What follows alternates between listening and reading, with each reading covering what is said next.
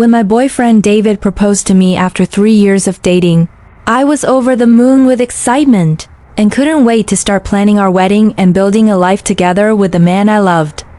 I had dreamed about this day since I was a little girl, imagining the perfect dress, the perfect venue, and the perfect ceremony surrounded by friends and family who loved us unconditionally. I had always been a practical person, so I knew that we would have to be mindful of our budget, but I was confident that we could create a beautiful and meaningful celebration without breaking the bank. I had saved money for years, had a small inheritance from my grandmother, and David had also been saving, so we were both committed to planning a wedding that reflected our love and our values without going into debt. We sat down together, created a budget, and started looking at venues, caterers, and florists, excited to make our dream wedding a reality.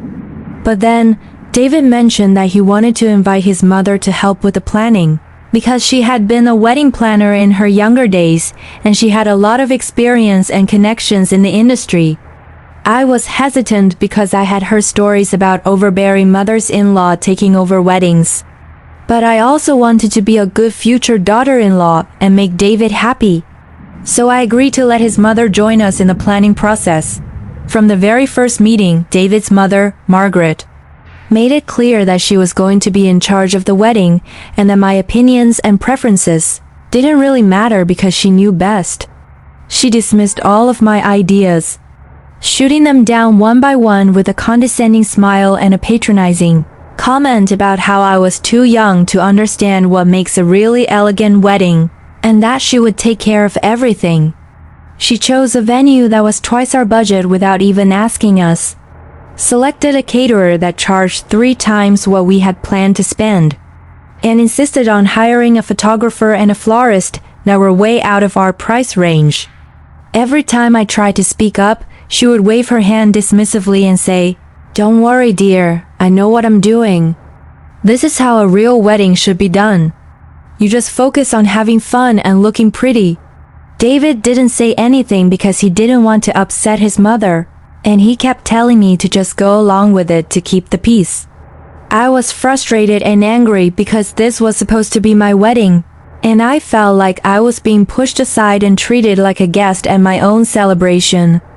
I started to feel like I was losing control of the day that was supposed to be one of the happiest of my life. And I began to resent Margaret for taking over and David for not standing up for me. The final straw came when Margaret handed me a draft of the guest list, and I realized that she had invited over 100 people that I had never met and didn't even know existed, while she had cut half of my family and friends because she didn't think they were appropriate for a wedding of this caliber. I looked at the list, counted the names, and felt my blood boil because Margaret had managed to add so many of her friends and distant relatives that the guest list was now almost double what we had originally planned. I confronted Margaret, trying to keep my voice calm and steady, and I said, "Margaret, this is too much. We can't afford this many people, and I don't even know most of these people. We need to cut this list down." Margaret looked at me with a smug smile and said, "Don't worry, dear. I'll pay for the extra guests. Consider it my wedding gift to you." I felt a wave of relief wash over me because I thought Margaret was finally being generous and thoughtful.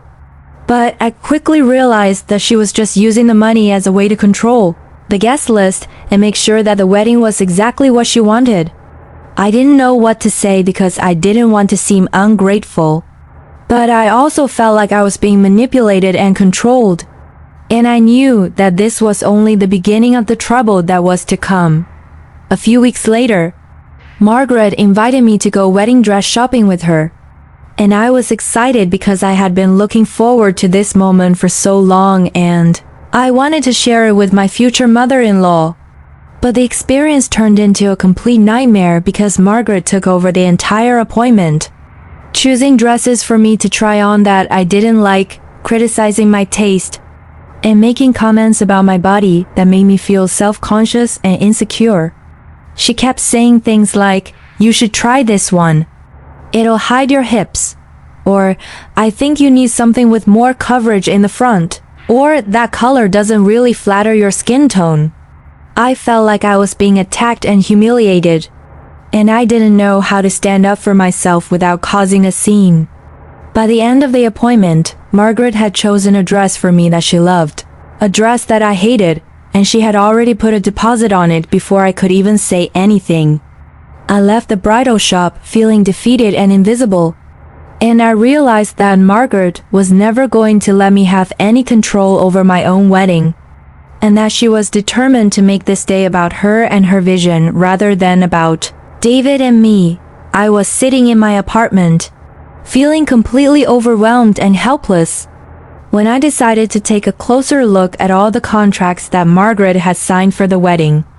I had been so focused on my frustration that I hadn't really considered the cost of everything.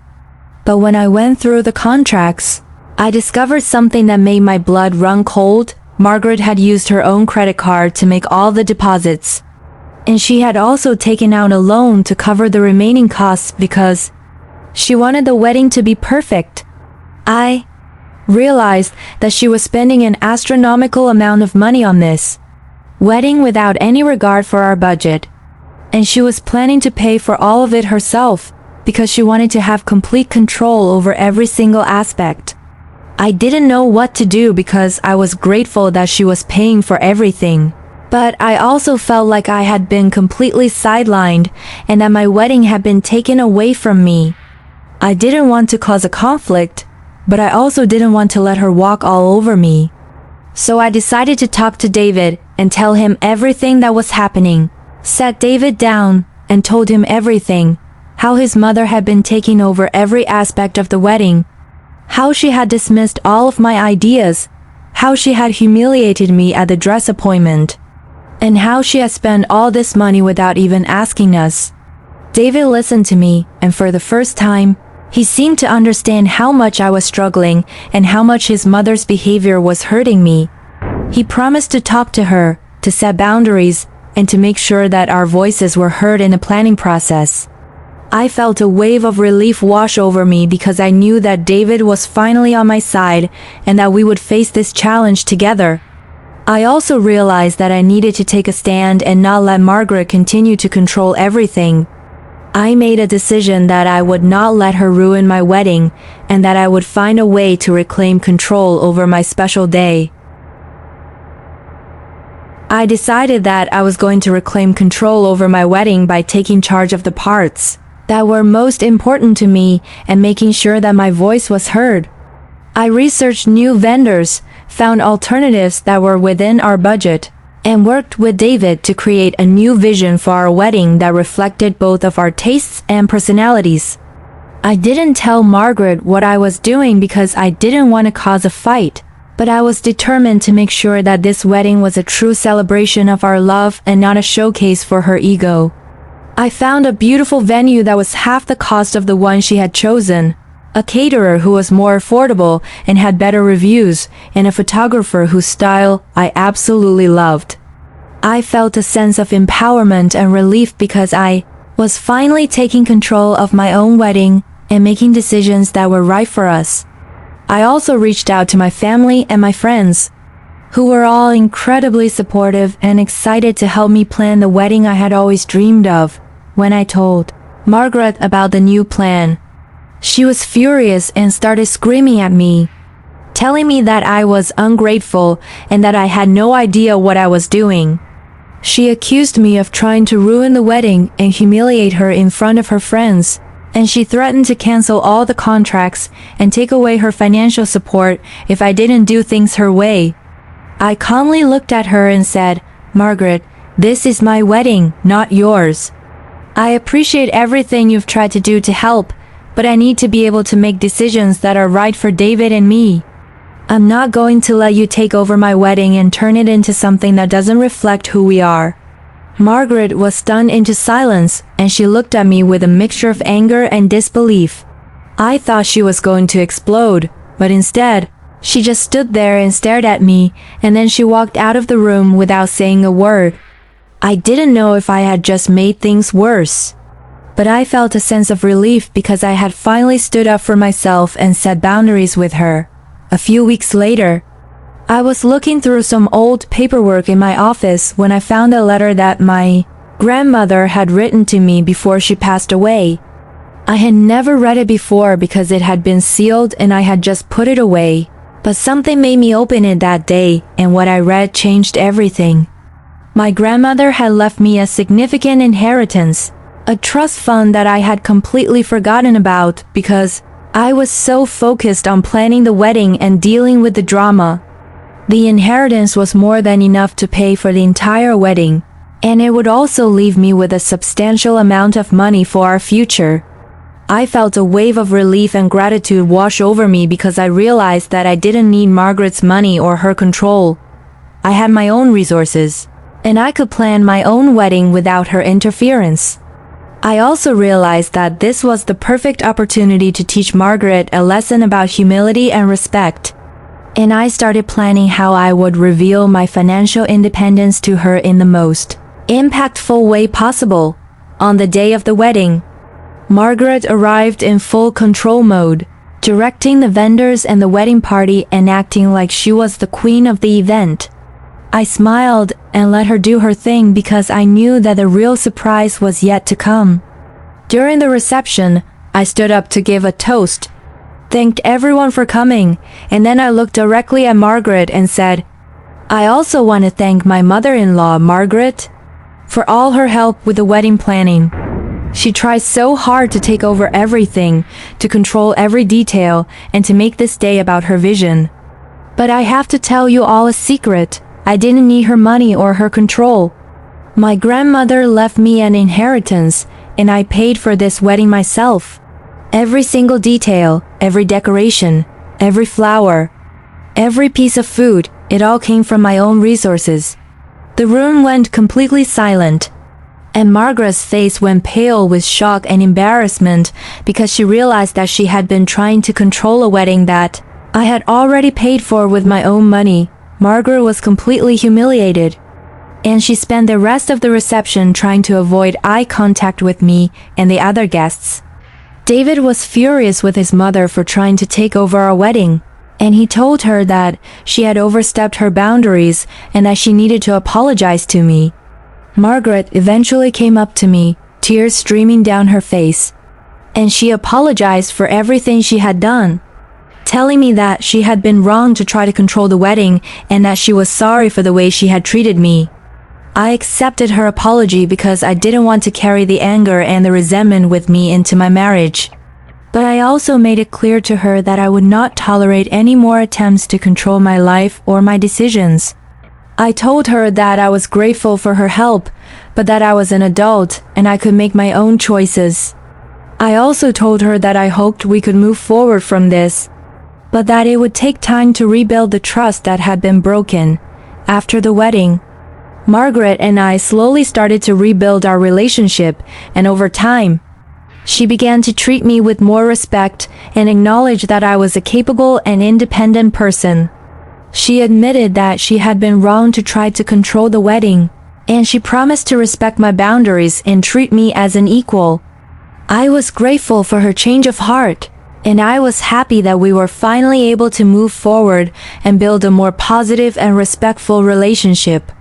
The experience taught me a lot about the importance of standing up for myself and setting boundaries, and I was proud of myself for handling the situation with grace and confidence.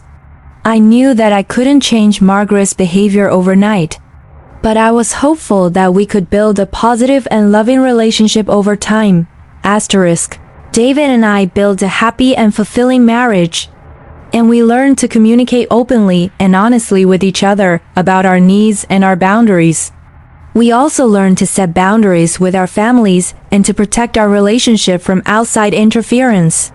We often reflected on the wedding and the drama with his mother, and we used it as a reminder of the importance of standing up for ourselves and our relationship. We also talked about how we wanted to handle family dynamics in the future and how we wanted to support each other in setting boundaries and protecting our peace. I was grateful that we had worked through the challenges together and that we had emerged stronger and more united as a couple. Margaret eventually became a more supportive and respectful mother-in-law. And I was grateful for the change in her attitude and her willingness to acknowledge her mistakes. She stopped trying to control our lives and started treating me like an equal, and I was happy that we were finally able to build a more positive and loving relationship. She even started asking for my advice and respecting my opinions, which was a huge change from the way she had treated me before. I knew that she had come a long way, and I was proud of her for being willing to change and grow. The experience with Margaret taught me valuable lessons about setting boundaries, standing up for myself, and not letting anyone control my life or my decisions. I also learned the importance of financial independence and the power of being able to make my own choices without being dependent on anyone else. I was grateful for the lessons that I had learned, even though they had been painful at times. And I used them to build a stronger, more resilient, and more fulfilling life. I often thought about the wedding and the way that Margaret had tried to take over. And I realized that I had grown so much because of that experience. I had learned to trust my instincts, to speak up for myself, and to set boundaries that protected my peace and well-being. I had also learned to be more understanding and compassionate towards others, recognizing that everyone has their own issues and struggles. I was grateful for the experience and for the growth it had inspired in me. I was excited for the future and all the possibilities it held. And I was grateful for the love and support of my husband, my family, and my friends. I knew that there would be challenges ahead, but I was confident that I had the strength, resilience, and wisdom to overcome them. I was also grateful for the opportunity to build a new life with David, one that was filled with love, joy, and mutual respect.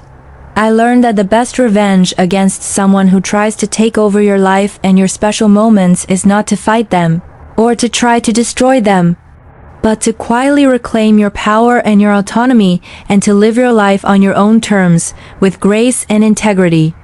I also learned that true love and happiness come from within and that no one can take that away from you if you refuse to let them. The best revenge against someone who tries to take over your life and your special moments is not to fight them or to try to destroy them, but to quietly reclaim your power and your autonomy and to live your life on your own terms with grace and integrity.